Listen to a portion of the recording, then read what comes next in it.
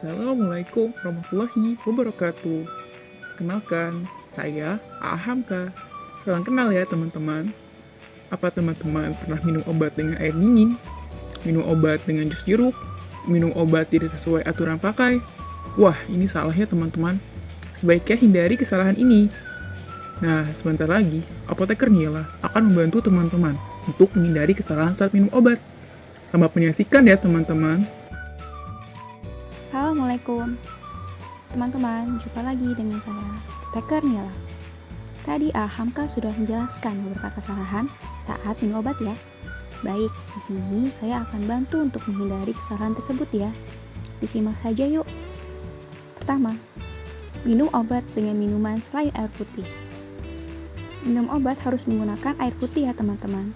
Tanpa es, tidak hangat, tanpa gula, tanpa sirup. Bila minum obat selain menggunakan air putih, efektivitas obat akan terganggu. Misalnya teman-teman mendapatkan obat tablet saluk lunak. Nah, teman-teman minum menggunakan air hangat.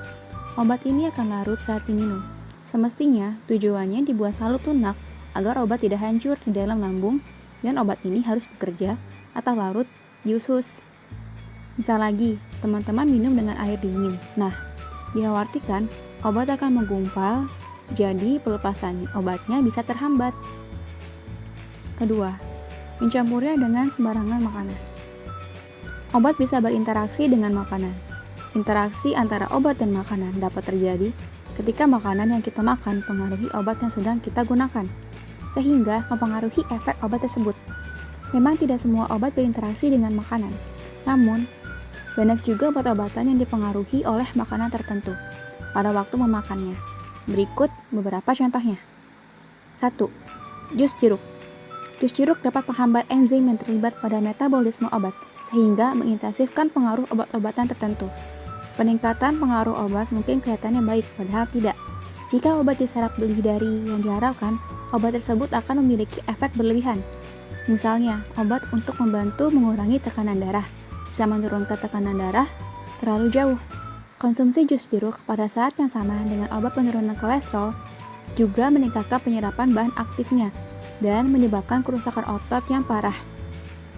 Jeruk yang dimakan secara bersamaan dengan obat antiinflamasi atau aspirin juga dapat memicu rasa panas dan meningkatkan kadar asam lambung. 2. Kalsium.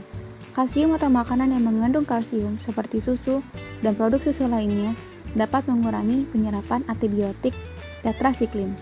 3. Makanan yang kaya vitamin K, seperti kubis, brokoli, bayam, alpukat, dan selada, harus dibatasi mengkonsumsinya jika sedang mendapatkan terapi antikoagulan, misalnya seperti warfarin, untuk mengecerkan darah. Sayuran itu mengurangi efektivitas pengobatan dan meningkatkan risiko trombosis atau pembekuan darah. 4. Kafein. Kafein dapat meningkatkan risiko overdosis antibiotik tertentu, seperti enosacin, ciprofloxacin, dan norfloxacin.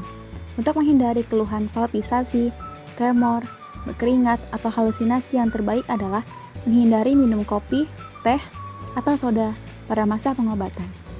Ketiga, konsumsi obat tidak sesuai aturan pakai. Dalam mengkonsumsi obat harus sesuai dengan aturan pakainya. Agar obat dapat berkhasiat, penting untuk menjaga jumlah konsentrasi obat yang tepat di dalam tubuh. Misalnya bila 3 kali sehari, berarti obat harus diminum setiap 8 jam sekali dalam 1 hari. Jika Anda lupa mengkonsumsi obat, disarankan untuk segera melakukannya bila jeda dengan jadwal konsumsi obat berikutnya tidak terlalu dekat.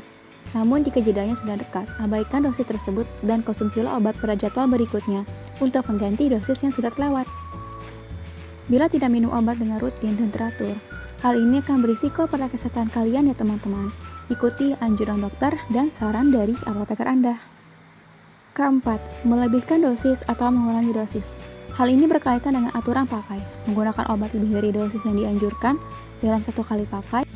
Menggunakan obat lebih dari aturan yang telah dianjurkan untuk 1 hari pakai. Pasien mengabaikan anjuran dosis yang disarankan.